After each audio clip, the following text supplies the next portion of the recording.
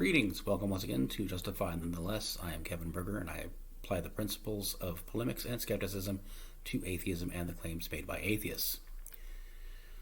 As I've been promising, this video will be a recounting of my dialogue with Aaron Ra. The first two clips will be from a debate that he had with Perfect Dawa on modern day debates, during which I posed two questions to him, one on making claims without temporal restrictions, and another on the claimed neurological distinction between non-belief and belief to the contrary. That second question is of particular interest because I ask if he has empirical evidence. He replies affirmatively, but then doesn't provide said evidence. So let's get right to those clips. Realist says, does Aaron deny that to argue that we'll figure out X someday with no temporal restriction is to commit an escape to the future fallacy and make an unfalsifiable claim since it can be repeated forever? No, I don't. It's not only do I not deny that, that is my argument against most prophecies. Here, realist says, can Aaron provide empirical evidence for a neurological state of quote-unquote non-belief in gods that is distinguishable from belief in the non-existence of gods? Yes. Now, I won't really get into the question and response regarding claims about temporal restrictions just yet.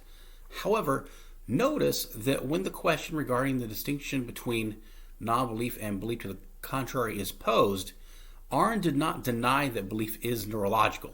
He did not reject the question outright as impossible. He did not dismiss the request as an unreasonable expectation. When asked directly if he had empirical evidence to substantiate the claimed distinction between non-belief and belief in the non-existence of deities, he answered directly and emphatically, yes. Yet he didn't actually provide any empirical evidence at all. It would seem to me that if he did have evidence and someone asked, he would just provide the evidence without any further prompting. But that didn't happen, which is why I ended up sending the emails to him, which we'll get into right now. I begin my correspondence with Aaron Ra saying, I was just watching a debate between you and the Perfect Dawa, during which I posed two questions to you, and one of which I would like to request some elaboration. The first question I asked was, if you deny that to argue that we will figure out X someday, without any temporal restriction, is to commit an escape to the future fallacy and to make an unfalsifiable claim, since this can simply be repeated ad infinitum. You responded that not only do you not deny this, but this is your argument against most prophecies. I find this interesting, given that the established convention with regard to the term supernatural, as evidenced by how it is defined by multiple dictionaries and how dictionaries derive the definitions that they provide, is indeed something that science cannot explain. These definitions are written in present tense. The verbs can and cannot are modal verbs that do not have present tense forms, and as we both agreed to argue X be unexplainable by science ever results in the aforementioned fallacy and unfalsifiable claim. To argue that the term supernatural is synonymous with or implies something that is fake, fantasy, fictional, imaginary, immeasurable, impossible, metaphysical, mythical, outside of reality, is to commit a definist fallacy, as it defines the term in such a way that is not aligned with the established convention. If it were, then the definitions provided by dictionaries would already reflect this usage, and it defines it in such a way as to be beneficial to the arguer. Thus, it would seem to me that your agreement with this assessment constitutes a de facto concession that the supernatural does exist. It seems to me that because being supernatural is contingent on our ability to scientifically explain, which is dynamic, it is not an intrinsic characteristic of a thing, but how we classify the thing, and classifications are not immutable. As such, it wasn't wrong to refer to lightning, for example, as supernatural in the past, as at the time that lightning was described as such, it was supernatural, unexplained by contemporary science. And it was reclassified accordingly once science was capable of explaining it. Even if some people would prefer to use another term, the reversion to the term supernatural does not invalidate that usage, since words don't have intrinsic meanings. They only have usage, and that usage is aligned with the established convention. In summary, whether something is described as scientifically unexplained or supernatural is determined solely by how amenable one is to the terms. The second question that I asked was whether or not you could provide empirical evidence of the claimed neurological distinction between non-belief in gods and belief in the non-existence of gods. And to this question, your reply was simply yes. However, you didn't elaborate, and you didn't actually go on to provide any of the empirical evidence that was solicited. Because belief is neurological, being the product of chemical reactions and electrical impulses within the brain, which are empirical, it logically follows that non-belief too would be empirical. Indeed, Sam Harris and others have already successfully demonstrated the neurological distinction between the activity within the brains of atheists and religious adherents. What I'm asking for is the next logical step, to then demonstrate the claimed distinction in neural activity among atheists like Matt Dillahunty, who expresses belief in the non-existence of any deity, and those who express an absence of belief in gods. It would seem to me that to do this would first require that we be able to positively identify specific beliefs. With no empirical evidence of a genuine neurological distinction between belief in the non-existence of gods and absence of belief in gods, no empirical evidence of a distinct neurological state of non-belief, and no independently verifiable means by which the two might be distinguished from one another, the null hypothesis is to conclude that there is no difference between the expression and that non-belief exists only as an interesting abstract concept, much like gravitons, tachyons, white holes, and wormholes.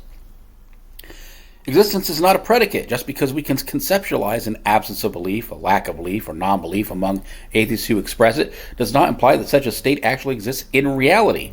Certainly, we can agree that belief without evidence is illogical and unjustified. However, this does not preclude the possibility of the formation of belief. Belief is not an act of volition, and people believe all sorts of things that are not justified. The question that I raise is this: is the proposed existence of a distinct neurological state of non-belief among those unjustifiable beliefs? If you have empirical, measurable, demonstrable, independently verifiable evidence for the existence of a distinct neurological state of non-belief among those who express it, or some independently verifiable means by which we can distinguish between non-belief in gods and belief in the non-existence of God, I would very much like for you to share this with me.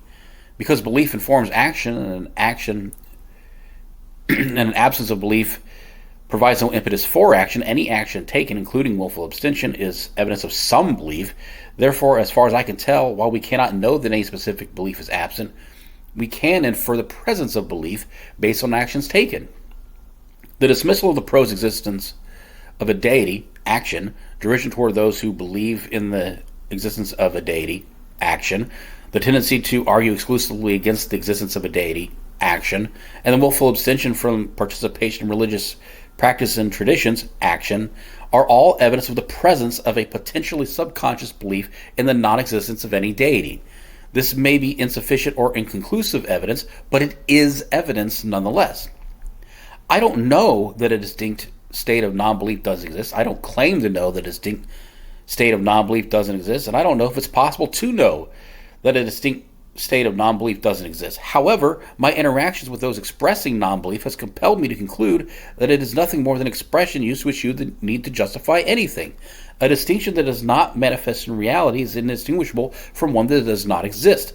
I humbly ask you to show me this distinction. I thank you for your time and in advance for any response you may be willing to provide. Aaron replies to me and says, "You interpreted my rejection of the supernatural as an endorsement of the supernatural? I often hear the argument that you'll find out, meaning that when I die I will become aware of the truth of the vacuous claims of my opponent to that moment. They are arguing that we will figure out X someday without temporal restriction. That argument exists because there is no defense nor support of the supernatural. Of course, I must reject such a fallacious argument.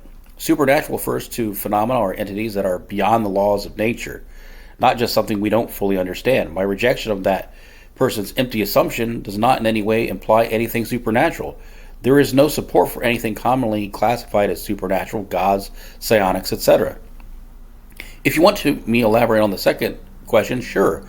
I will, of course, entertain any possibility.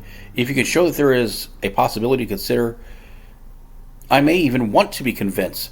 But just because you say so isn't enough. I need more and better reasons than that. If you fail to convince me, I may still consider the possibility. Maybe that's true and maybe it isn't. Just because I don't have a good enough reasons to believe you're right does not necessarily mean believing that you're wrong. I might still hope that you're right and lament that you failed to show sufficient evidence of that yet. Okay, so two noteworthy things happened in Aaron's first reply. Firstly, after confirming that we are in agreement that saying that we will figure out X someday without a temporal restriction is indeed an escape to the future fallacy and an unfalsifiable claim, then noting that the adopted convention regarding the usage of the term supernatural is to refer to something that science cannot, present tense, explain, and that to stipulate that some other definition for the express purpose of advancing one's argument is a definance fallacy, Aaron immediately proceeds to commit a definance fallacy anyway by redefining the term to refer to something beyond the laws of nature, which is ironic given that this presumes that all the laws of nature have been established, which they haven't, meaning that anything that happens outside of the laws that have been established would still qualify anyway. Secondly, after being asked if he had any empirical evidence to substantiate the claimed neurological distinction between non-belief and belief to the contrary, directly and emphatically responding to the affirmative, not elaborating or providing the solicited evidence that he asserts that he does have, and being prompted again to provide that evidence, rather than providing the evidence after this additional prompt, he still doesn't provide any. Instead, he incomprehensibly refers to me attempting to convince him of an assertion when I haven't made one. All I've done, twice now, is to ask him for empirical evidence to substantiate the claimed distinction between non-belief in gods and belief in the non-existence of gods. And so, I'm forced to ask again. I reply to him with citations saying, Mr. Ra, you said supernatural refers to phenomena or entities that are beyond the laws of nature, not just something we don't yet fully understand. This is demonstrably false for the reasons I already explained. However, I will be happy to further elaborate as to why this is the case. As previously explained, words don't have intrinsic meanings. They have uses. Philosopher Wesley C. Salmon, Ph.D., wrote in Logic, the meaning of a word is not a natural attribute which man discovers. Meaning is given to a word by people who agree to let it have that meaning. For example, there is no intrinsic characteristic of the word cat which makes it refer to feline animals. It does so because English-speaking people have adopted a convention to that effect. Secondly, as noted, dictionaries define words based on how they are used. Merriam-Webster states, a word gets into the dictionary when it's used by many people who all agree it means the same thing. Consideration of the fluidity of language is taken into account, and as the usage of the terms change, so do the definitions provided. Karen Connor Martin, head of U.S. Dictionaries for Oxford English Dictionary, writes regarding the different senses of existing terms in the official OED blog. The term supernatural is defined thusly. Cambridge Dictionary, caused by forces that cannot be explained by science. Collins Dictionary, of or relating to things that cannot be explained according to natural laws. Lexico, of a manifestation or event, attributed to some force beyond scientific understanding or the laws of nature. Macmillan Dictionary, used about things that seem to come from a power such as magic and do not have a natural or scientific explanation. Merriam-Webster's Dictionary, one, of or relating to an order of existence beyond the visible observable universe. Two, departing from what is usual or normal, especially as so to appear to transcend the laws of nature. Oxford Dictionary, events, forces, or powers that cannot be explained by the laws of science and seem to involve gods or magic. Note that the single unifying trait among all of these definitions, which again are based on the consensual usage of the term, is something that science cannot, present tense, explain. In fact, in most cases, it is the primary entry.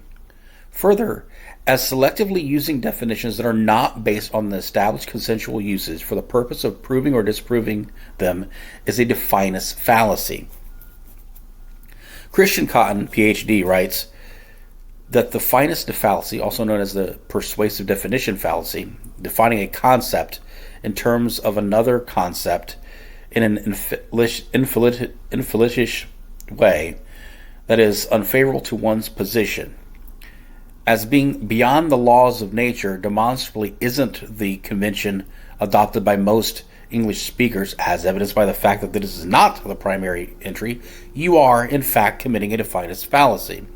If anything, to interpret your rejection of the supernatural coupled with the concession that things do, in fact, exist, for which we have no scientific explanation, to be nothing more than aversion to the term supernatural, to which you are certainly entitled. However, your aversion to the term does not invalidate its usage to describe things that are not explained by science. That is the adopted convention, as demonstrated above, for the use of the word, whether you like it or not. And as far as, if you want me to elaborate on the second question, sure, I will, of course, entertain any possibility. If you could show there's a possibility to consider, I may even want to be convinced, but just because you say so isn't enough. I need more and better reasons than that is concerned. I don't know what you're talking about, as I wasn't making a claim that I wanted to convince you is true. Rather, I was asking you to present evidence of a genuine distinction between non-belief in gods and belief in the non-existence of gods that you had stated that you could provide. I am still waiting for someone to show me with empirical evidence that non-belief in P does not imply belief in the negation of P. I will say that as belief is nothing more than the consideration of a claim to be more likely to be true than untrue, and does not imply certainty, conviction, immutability, permanence, rationality, volition, or even conscious deliberation, to find neither P nor the negation of P to be any more likely than the alternative seems to be a violation of the principle of the excluded middle. As such, this is an extraordinary claim that requires extraordinary evidence. I look forward to more of your thoughts on these matters. To that message, Arn replies, to my experience, whenever we use the word supernatural in a sentence, we could replace that word with either magical or imaginary and not substantially change the meaning of that sentence. If you still don't understand how a lack of belief does not necessarily constitute a belief in a lack, I don't know any clearer way to explain that than I already gave. So now, after responding with citations to support my claim as to the adopted convention for the usage of the term supernatural, and to support my claim that by stipulating a definition that is demonstrably not aligned with that usage for the express purpose of advancing his argument that the supernatural does not exist, he is in fact committing a definist fallacy, Arn doubles down on the logical fallacies by heaping on an appeal to personal experience. On the non-belief front, rather than providing the empirical evidence that he asserted from the beginning he does possess that substantiates the claimed neurological distinction between non-belief and belief to the contrary, he instead refers to how the concepts and definitions are different, neither of which I dispute and neither of which substantiates existence, which compels me to email him yet again. To that, I then respond, Mr. Ra, quoting him, to my experience, whenever we use the word supernatural in a sentence, we could replace the word with either magical or imaginary and not substantially change the meaning of that sentence, close quote. Your personal experience does not demonstrate that cannot be explained by science isn't the established convention regarding the usage of the word, nor does it demonstrate that the word necessarily refers to beyond the laws of nature as you asserted. I then go on to quote him again, if you still don't understand how a lack of belief does not necessarily constitute a belief in a lack. I don't know any clearer way to explain that than I already gave, close quote. I understand the concept perfectly. I am now asking you for the fourth time to provide empirical evidence that this is actually true, that a state of non-belief is any more real than gravitons, tachyons, white holes, and wormholes, which are all very interesting abstract concepts, but for none of which do we have any empirical evidence. As far as I can tell, this is an existential fallacy. To paraphrase what a couple of intelligent guys have said, a neurological state that does not manifest in reality is indistinguishable from one that does not exist. And no matter how positively you think you know it, if you can't show it, then you don't know it, and you shouldn't say that you do. Nor would you if you really cared about the truth. Knowledge is demonstrable, measurable. Show me non-belief in P that is distinguishable from belief in the negation of P. Show me empirical evidence of a distinct neurological state of non-belief. Show me some independently verifiable way to differentiate between non-belief in P and the negation of P. It has been 11 months since I sent that last email, and Aaron has yet to present the empirical evidence to substantiate the claimed neurological distinction between non-belief in deities and belief in the non-existence of deities that he asserted that he does have. And I'm starting to suspect that he's not going to. It's fascinating to me that atheists tend to scream from the rooftops about how they must have empirical evidence to justify claims. They will demonstrate such a keen grasp of the concept of burden of proof right up until it's applied to their own claims, at which point they will proceed to feign incomprehension. Look, we all know that belief is neurological. So when atheism is defined as being a non-belief as opposed to belief to the contrary, it necessarily entails some neurological distinction that should be empirically demonstrable. And yet, here I wait for said evidence.